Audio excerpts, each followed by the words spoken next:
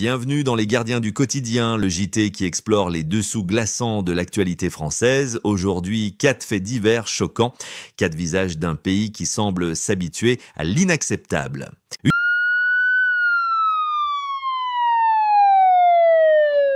Essonne, dimanche 2 juin, quartier du Carouge. Un homme fait irruption dans un logement familial. Il hurle « Donne la petite ou je te tue ».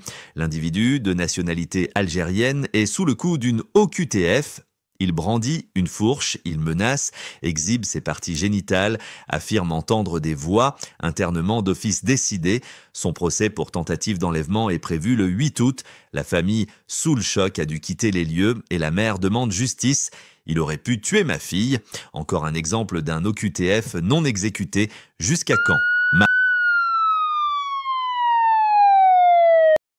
Marseille, nuit du samedi 1er juin, 3 marins-pompiers interviennent pour une simple aide à la personne dans un immeuble, mais l'individu qu'ils venaient aider les attaque avec un cutter. Les secours se réfugient dans leur camion. L'agresseur tente même de les poursuivre. Heureusement, aucun blessé, mais l'image est marquante. Ceux qui sauvent des vies sont devenus des cibles. On ne peut plus intervenir sereinement, dit un pompier en off. Une banalisation de la violence contre les uniformes.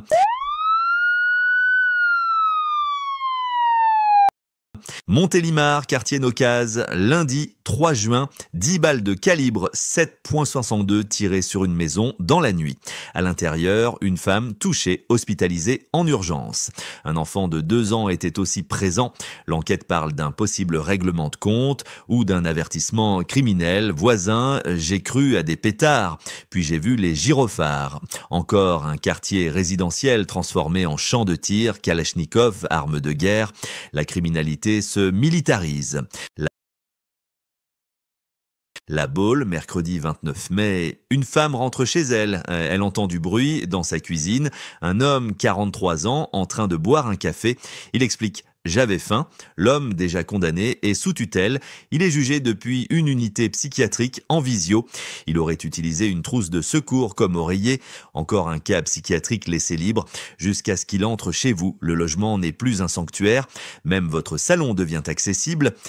Une fillette menacée, des pompiers agressés, une femme touchée par balle, un cambrioleur qui squatte tranquillement. C'est ça le quotidien de trop de Français.